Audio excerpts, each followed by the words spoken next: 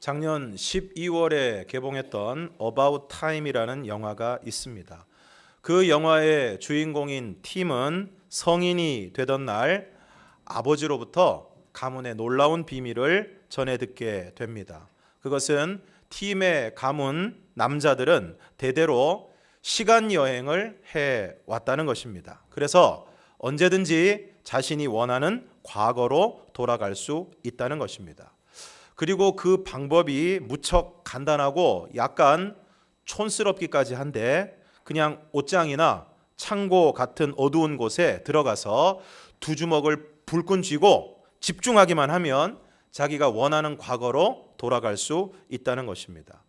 주인공은 이 능력을 사용해서 자기가 사랑하는 여인과의 사랑을 이루기도 하고, 원래 잘못하고 어그러졌던 일들을 바로 잡기도 합니다. 중요한 것은 이렇게 놀라운 비밀을 자신이 성인이 되던 날 듣게 되었다는 사실입니다. 오늘 본문은 이때로부터라는 말로 시작하고 있습니다. 그러면 이때는 언제입니까? 마태복음 16장 13절 말씀을 우리가 함께 읽겠습니다. 마태복음 16장 13절 함께 읽겠습니다. 시작. 예수께서 빌립보 가이사랴 지방에 이르러 제자들에게 물어 이르시되 사람들이 인자를 누구라 하느냐. 예수님께서 빌립보 가이사랴 지방에 이르러 제자들에게 물으십니다. 사람들이 인자를 누구라고 하느냐? 그러자 제자들이 대답을 합니다. 14절 말씀을 우리가 함께 읽겠습니다. 시작. 이르되 더러는 세례 요한, 더러는 엘리야, 어떤 이는 예레미야나 선지자 중에 하나이다. 여기 나오는 세례 요한 그리고 엘리야, 예레미야는 당시 이스라엘 사람들이 대단하게 생각하던 선지자들입니다. 그러니까 당시 사람들은 예수님에 대해서 생각할 때 예수님은 아주 대단한 선지자이실 것이다 라고 생각을 한 것입니다. 그러자 예수님의 질문이 이어집니다. 너희는 나를 누구라 하느냐? 그러자 오늘 베드로가 대답을 합니다. 16절을 우리가 함께 읽겠습니다. 16절 시작. 시몬 베드로가 대답하여 이르되 주는 그리스도시요 살아계신 하나님의 아들이시니이다. 그러자 예수님이 뭐라고 말씀을 하십니까? 17절을 읽겠습니다. 시작. 예수께서 대답하여 이르시되 바요나 시몬아 내가 복이 있도다. 이를 내게 알게 하니는 혈육이 아니요 하늘에 계신 내 아버지시니라. 지금 예수님이 말씀하시는데 여러분 어떤 분위기가 느껴지십니까? 지금 예수님이 흥분하셨습니다. 그래서 말씀하십니다. 바요나 시몬아 내가 복이 있도다.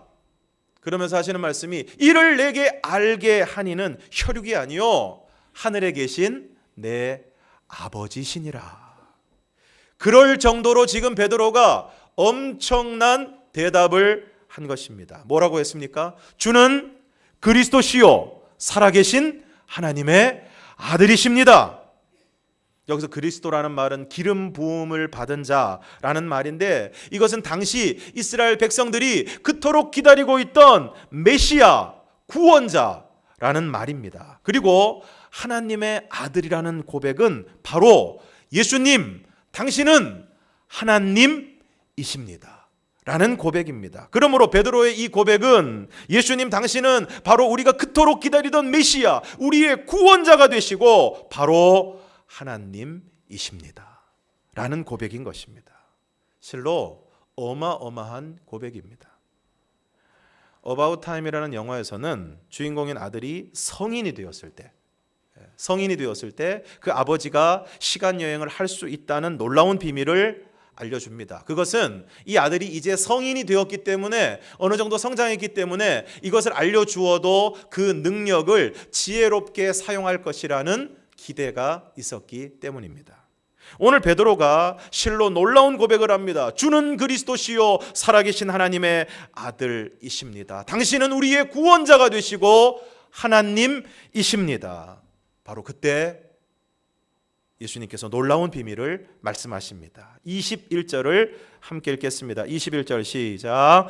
이때로부터 예수 그리스도께서 자기가 예루살렘에 올라가 장로들과 대제사장들과 서기관들에게 많은 고난을 받고 죽임을 당하고 제3일에 살아나야 할 것을 제자들에게 비로소 나타내시니.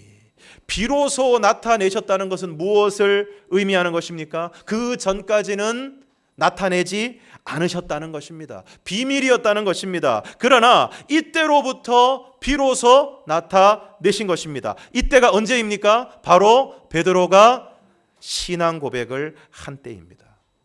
그러므로 예수님께서 자신의 고난을 예고하신 것은 베드로의 신앙 고백을 통해서 이제 제자들이 어느 정도 준비가 되었다고 판단하신 그런 때였습니다. 그런데 다음 순간 예상치 못한 일이 일어납니다. 22절을 우리가 함께 읽겠습니다. 시작.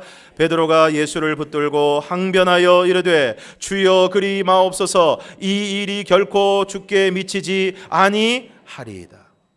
다음 순간 어떤 일이 벌어졌습니까? 베드로가 예수님을 붙들고 항변합니다. 여기서 항변하다는 말의 원어는 꾸짖다라는 뜻입니다. 그러니까 베드로가 예수님을 붙들고 예수님을 꾸짖었습니다. 지금 베드로가 좀 전에 주는 그리스도시요 살아계신 하나님의 아들이십니다 라고 고백했던 베드로가 지금 예수님을 붙들고 꾸짖고 있습니다. 뭐라고 얘기합니까? 주여 그리 마옵소서, 이 일이 결코 주께 미치지 아니하리이다. 여기서 꾸짖었다라는 원어에 충실해서 이 본문의 말씀을 보면 아마 이렇게 될 것입니다. 아니 주님, 도대체 지금 무슨 말씀하시는 겁니까? 절대 그렇게 하시면 안 됩니다. 그리고 이 일은 절대 일어나지 않을 것입니다. 마치 어른이 철없는 아이가 철없는 소리를 할 때 그것을 나무라듯 베드로는 예수님을 향해서 격양된 목소리로 이야기했을 것입니다. 그러자 예수님이 말씀하십니다. 23절을 우리가 함께 읽겠습니다. 시작. 예수께서 돌이키시며 베드로에게 이르시되 사탄아 내 뒤로 물러가라. 너는 나를 넘어지게 하는 자로다. 내가 하나님의 일을 생각하지 아니하고 도리어 사람의 일을 생각하는도다 하시고. 지금 예수님이 베드로를 뭐라고 부르십니까? 사탄아. 세상에 어떻게 이렇게 순식간에 돌변할 수 있을까요? 불과 몇 분 전에 바요나 시몬아 내가 복이 있다. 그리고 이제 너는 베드로다.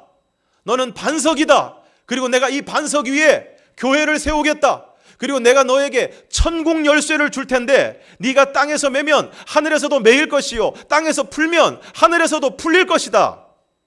최고의 극찬과 최고의 선물을 받았습니다. 근데 세상에 그렇게 축복하시고 그렇게 반석이라고 반석 위에 교회를 세우시겠다고 심지어 천국 열쇠까지 주셨는데 그게 바로 조금 전이었는데 잠시 후 베드로는 순식간에 사탄이 되어버리고 말았습니다. 레오나르도 다빈치가 그 유명한 최후의 만찬을 그리기 위해서 여러 모델을 찾으러 다녔습니다. 여러분 최후의 만찬이라는 그림을 볼 때 예수님이 중간에 계시고 양쪽에 제자들이 있습니다. 그러면 그 그림에서 제일 중요한 사람은 누구일까요?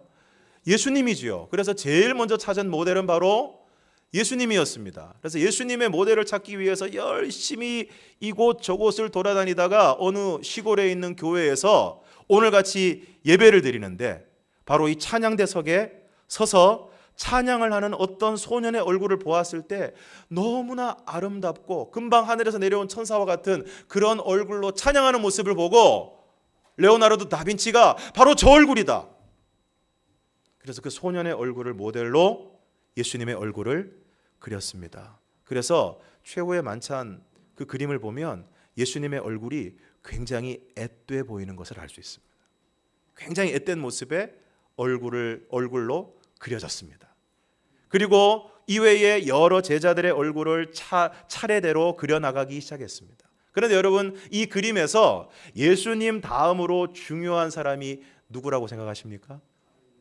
정답이죠. 바로 가룟 유다입니다. 이 마지막으로 가룟 유다를 그리려고 하는데 이 가룟 유다의 얼굴을, 이 모델을 찾기가 너무 힘든 것입니다. 그래서 무려 6년이라는 세월 동안 찾으러 다녔는데 찾지를 못했습니다. 그래서 그 그림을 완성하지 못하고 고심하고 있었는데 로마의 시장이 로마 지하 감옥에 흉악범들만 갇혀 있는 곳이 있는데 거기를 가서 한번 찾아보십시오. 그래서 레오나르도 다빈치가 로마의 지하 감옥에 흉악범들, 사형수를 비롯한 흉악범들만 모여있는 그 감옥으로 갔습니다. 그래서 그곳에서 여러 죄수들의 얼굴을 살피던 차에 사형수 한 사람의 얼굴에서 가룟 유다의 모델을 찾았습니다. 여전히 살기가 가득하고 얼굴에 절망과 두려움의 빛이 가득한 바로 그 얼굴이었습니다. 그래서 그 사람과 면담을 하고 내가 당신을 이 그림의 모델로 삼으려고 한다. 그래서 그 사형수가 허락을 하고 그래서 그 사형수의 얼굴을 가룟 유다의 모델로 그리려고 하는데 면담을 마치고 그 사형수가 돌아가기 전에 레오나르도 다빈치에게 이렇게 얘기를 했습니다. 선생님, 혹시 저를 모르시겠습니까? 저를 못 알아보시겠습니까? 그랬더니 놀랍게도 그 사형수는 바로 6년 전 예수님의 모델이 되었던 바로 그 소년이었습니다. 6년이라는 시간 동안 그 소년은 교회를 떠나 신앙을 떠나 술과 노름과 방탕한 생활을 하다가 결국은 살인과 폭력을 일삼는 범죄자가 되었고 결국은 사형수가 되고 말았습니다. 예수님의 얼굴에 모델이 되었던 그 소년이 가룟 유다의 모델이 되는 데는 6년이라는 시간밖에 걸리지 않았습니다. 그런데 오늘 베드로는 그야말로 순식간에 복 있는 사람에서 사탄으로 전락했습니다. 왜 이렇게 되었습니까? 다시 한번 23절을 읽겠습니다. 23절 시작. 예수께서 돌이키시며 베드로에게 이르시되 사탄아 내 뒤로 물러가라. 너는 나를 넘어지게 하는 자로다. 내가 하나님의 일을 생각지 아니하고 도리어 사람의 일을 생각하는도다 하시고, 예수님이 뭐라고 말씀을 하십니까? 사탄아 내 뒤로 물러가라. 그리고 뭐라고 말씀하십니까? 너는 나를 넘어지게 하는 자로다. 그리고 그 이유를 말씀하십니다. 그것이 무엇입니까? 내가 하나님의 일을 생각하지 아니하고 사람의 일을 생각하는도다. 그러면 여러분, 하나님의 일은 과연 무엇입니까? 21절을 우리가 다시 한번 읽겠습니다. 21절 시작. 이때로부터 예수 그리스도께서 자기가 예루살렘에 올라가 장로들과 대제사장들과 서기관들에게 많은 고난을 받고 죽임을 당하고 제3일에 살아나야 할 것을 제자들에게 비로소 나타내시니. 그러므로 하나님의 일은 무엇입니까? 예수 그리스도께서 예루살렘에 올라가 장로들과 대제사장들과 서기관들에게 많은 고난을 받고 죽임을 당하고 제3일에 살아나시는 것입니다. 그러면 사람의 일은 무엇입니까? 그리스도, 즉 메시아이시고 하나님의 아들이신 예수님께서 당장이라도 예루살렘에 들어가셔서 이스라엘을 압제하는 로마를 물리치고 백성을 억압하는 부패한 정치 세력을 소탕하고 다윗과 솔로몬의 시대와 같이 강력하고 부강한 나라를 이루어 모든 백성들을 잘 먹고 잘 살게 해주는 것입니다. 이것이 사람의 일이고 베드로를 비롯한 모든 제자들이 꿈꾸었던 일입니다. 왜 예수님이 예루살렘에 입성하시고 마지막 만찬 자리로 가는 도중에 제자들끼리 왜 그 길가에서 싸웠습니까? 왜 그들 가운데서 누가 크냐 하는 문제로 크게 다투었습니까? 이제 예수님이 왕이 되셔서 자신들이 꿈꾸던 부강한 나라를 이루어 주실 것이라고 생각했기 때문입니다. 그래서 예수님이 나라의 독립을 이루시고 부강한 나라를 만드시고 왕이 되시면 예수님을 가장 가까이서 따르던 자신들이 그 밑에서 다 한 자리씩 차지할 것이라고 생각했기 때문입니다. 그래서 이제 내가 조금이라도 더 높은 자리에 앉아야 되겠다 생각을 하면서 서열 정리를 하고 있는 것입니다. 그래서 싸운 것입니다. 오늘 예수님은 그런 마음과 기대를 가지고 예수님을 붙들고 항변하는 베드로를 향해서 말씀하십니다. 사탄아, 내 뒤로 물러가라. 너는 나를 넘어지게 하는 자로다. 여기서 너는 나를 넘어지게 하는 자로다 라는 말씀의 의미는 걸림돌이라는 뜻입니다. 지금 네가 나의 걸림돌이 되고 있다는 것입니다. 지금 예수님은 하나님의 일, 장로들과 대제사장들과 서기관들에게 많은 고난을 받고 죽임을 당하고 제3일에 살아나기 위하여 그 길을 걸어가고 있는데, 지금 베드로는 예수님을 붙들고 그렇게 해서는 안 된다는 것입니다. 그런 일은 절대로 일어나서는 안 된다는 것입니다. 왜 그렇습니까? 아니, 지금 예수님이 왕이 되시면, 강력한 정치적 메시아가 되시면 그것을 통해서 자신들이 바라던 해방과 자유와 경제적인 부여를 누릴 것을 기대하고 있는데, 그리고 더군다나 예수님을 가장 가까이서 따르던 자신들은 그 가운데서 가장 큰 보상을 얻을 것이라고 기대하고 있는데, 아니 도대체 갑자기 예루살렘의 종교 지도자들에게 고난을 받으신다니, 그리고 죽으신다니, 아니 이게 도대체 무슨 마른 하늘의 날벼락 같은 소리입니까? 그래서 베드로가 예수님을 붙들고 항변한 것입니다. 그런 베드로에게 주님이 말씀하십니다. 네가 하나님의 일을 생각하지 아니하고 사람의 일을 생각하는도다. 그러므로 사랑하는 성도 여러분, 오늘 우리에게 필요한 것은 무엇입니까? 사람의 일을 생각하지 아니하고 하나님의 일을 생각하는 것입니다. 사람의 일은 무엇입니까? 예수님을 통해서 내가 덕을 보려고 하는 것이 사람의 일입니다. 사람의 일이 무엇입니까? 예수님을 통해서 내가 원하는 뭔가를 얻어내려고 하는 것이, 그것이 바로 사람의 일입니다. 사람들이 급하면 뭐라고 이야기를 합니까? 아이고 부처님, 예수님, 공자님 아무나 좀 도와주세요. 누가 됐든지 당장 나에게 도움만 되면, 문제만 해결되면, 효험을 보기만 하면 그게 부처님이든 예수님이든 공자님이든 상관이 없다는 것입니다. 이것이 사람의 일이고 예수님을 따르는 사람들의 모습입니다. 그런데 내가 원하는 것을 얻고 내가 원하는 것을 이루기 위해서 예수님을 따르고 있는데, 예수님이 고난을 당하신다니, 심지어 죽는다고 하시니 이 제자들이 기가 막힌 것입니다. 아니 그동안 우리가 예수님 따라다니느라 얼마나 고생을 했는데, 하던 일도 다 그만두고 예수님을 따랐는데 이제 와서 고난을 받고 죽으신다니. 그래서 베드로가 예수님을 붙들고 항변하는 것입니다. 그런 베드로에게 예수님께서 뭐라고 말씀하십니까? 하나님의 일을 생각하라. 하나님의 일이 무엇입니까? 예수님이 예루살렘에 올라가셔서 장로들과 대제사장들과 서기관들에게 많은 고난을 받고 죽임을 당하고 제3일에 살아나는 것입니다. 왜 그래야만 합니까? 요한복음 3장 16절 17절을 우리가 함께 읽겠습니다. 시작. 하나님이 세상을 이처럼 사랑하사 독생자를 주셨으니 이는 그를 믿는 자마다 멸망하지 않고 영생을 얻게 하려 하심이라. 하나님이 그 아들을 세상에 보내신 것은 세상을 심판하려 하심이 아니요 그로 말미암아 세상이 구원을 받게 하려 하심이라. 할렐루야. 여러분, 하나님이 왜 독생자 예수님을 우리에게 주셨습니까? 왜 그 아들을 이 세상에 보내셨습니까? 왜 고난을 당하게 하시고 죽게 하셨습니까? 이는 그를 믿는 자마다 멸망하지 않고 영생을 얻게 하시기 위해서, 그로 말미암아 세상이 구원을 받게 하시기 위해서. 여러분, 오늘 우리에게 가장 중요한 것은 무엇입니까? 그것은 바로 영생입니다. 오늘 우리에게 가장 중요한 것은 무엇입니까? 오늘 저와 여러분이 구원을 얻는 것입니다.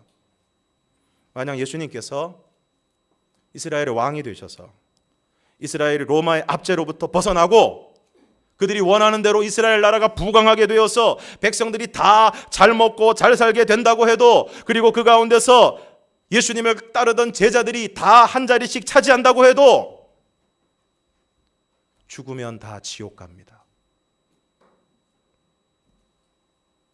왜 독생자를 주시고 왜 아들을 이 땅에 보내셨습니까? 왜 그리스도이신 예수님이, 하나님의 아들이신 예수님이 인간들에게 고난을 당하시고 죽임을 당하셔야 했습니까? 그를 믿는 자마다 영생을 얻게 하기 위해서, 그로 말미암아 세상이 구원을 얻게 하기 위해서 그렇게 하신 것입니다. 마가복음 10장 45절에서 예수님께서 이 땅에 오신 목적에 대해서 친히 말씀하고 계십니다. 마가복음 10장 45절 함께 읽겠습니다. 시작. 인자가 온 것은 섬김을 받으려 함이 아니라 도리어 섬기려 하고 자기 목숨을 많은 사람의 대속물로 주려 함이니라. 왜 오셨습니까? 이것 때문에 오셨습니다. 그래서 고난을 당하시고 십자가의 죽임을 당하시는 것입니다. 그래서 이것을 언젠가는 제자들에게 말씀하시려고 했는데, 그래서 너희들은 나를 누구라 하느냐 물으시고 베드로가 주는 그리스도시요 살아계신 하나님의 아들이십니다 라는 고백을 해서 비로소 자신의 고난과 죽음 그리고 부활을 예고하셨는데, 이에 대한 제자들의 반응은 그야말로 최악이었습니다.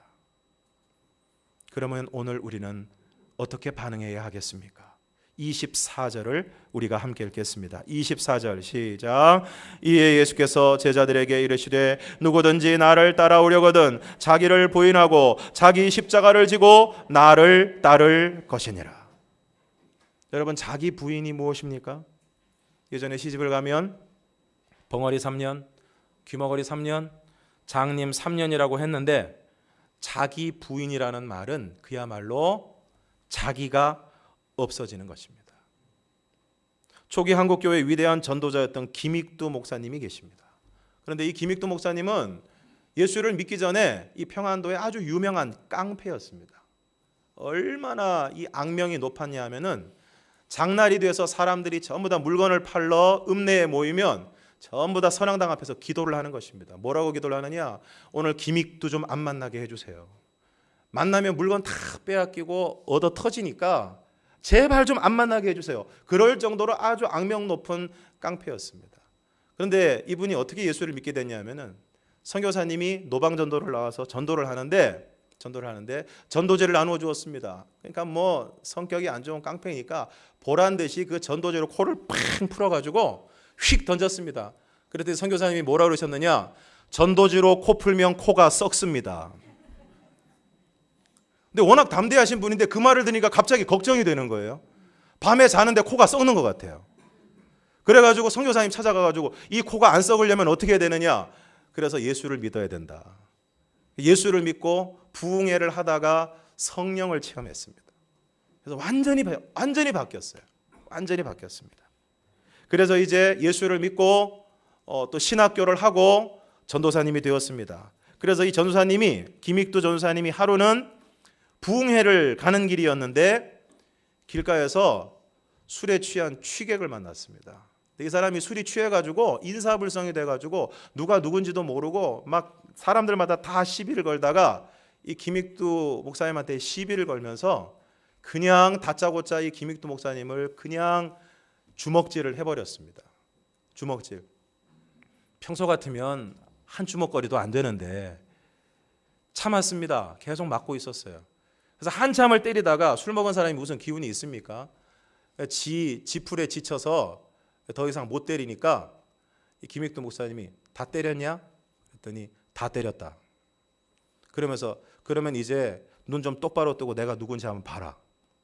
그래서 이 사람이 눈을 뜨고 딱 보니까 그 유명한 깡패 김익두란 말이죠. 술이 번쩍 깼습니다. 다음 순간 사색이 됐어요. 사색이 됐습니다. 그래서 벌벌 떨고 있는데 김익두 목사님이 이렇게 얘기했습니다. 예수는 내가 믿었는데 덕은 네가 보는구나. 그리고는 그냥 갔다는 얘기입니다. 이처럼 하나님의 뜻을 이루고 하나님의 말씀에 순종하기 위해서 자기 생각, 자기 주장, 자기 고집, 자기 성질, 이거 내려놓는 것이 자기 부인입니다. 예수 믿고도 여전히 자기 고집, 자기 성질, 자기 생각 요만큼도 못 내려놓는 사람은 아직 자기 부인이 안 되시는 분들입니다. 그리고 자기 십자가를 지고 예수님을 따르라고 말씀하십니다. 여러분, 십자가가 무엇입니까? 지기 싫은데 져야 하는 것이 십자가입니다. 하기 싫은데 해야 하는 것이 십자가입니다. 여러분, 예수님도 겟세마네 동산에서 이렇게 기도를 하셨습니다. 마태복음 26장 39절을 함께 읽겠습니다. 시작. 조금 나아가사 얼굴을 땅에 대시고 엎드려 기도하여 이르시되 내 아버지여 만일 할만하시거든 이 잔을 내게서 지나가게 하옵소서. 그러나 나의 원대로 마시옵고 아버지의 원대로 하옵소서 하시고 뭐라고 말씀하셨습니까? 만일 할만하시거든 이 잔을 내게서 지나가게 해주십시오. 가능하면 이 십자가 안 지게 해주십시오. 여러분, 이처럼 지기 싫은 것이 십자가입니다. 그런데 그것을 짐으로 생명을 구원하는 것이 십자가입니다. 사사건건 트집을 잡고 힘들게 하는 시어머니, 한마디도 안 지고 대드는 며느리, 그렇게 먹지 말라고 하는 술을 꼭 먹고 늦게 들어와서 사람을 괴롭히는 남편, 이런저런 일로 끊임없이 스트레스를 주는 상사, 은근히 무시하고 고분고분하지 않은 부하 직원, 쓰레기, 주차 문제로 계속 나의 속을 긁는 옆집 아줌마, 뒷집 아저씨, 이거 다 십자가입니다.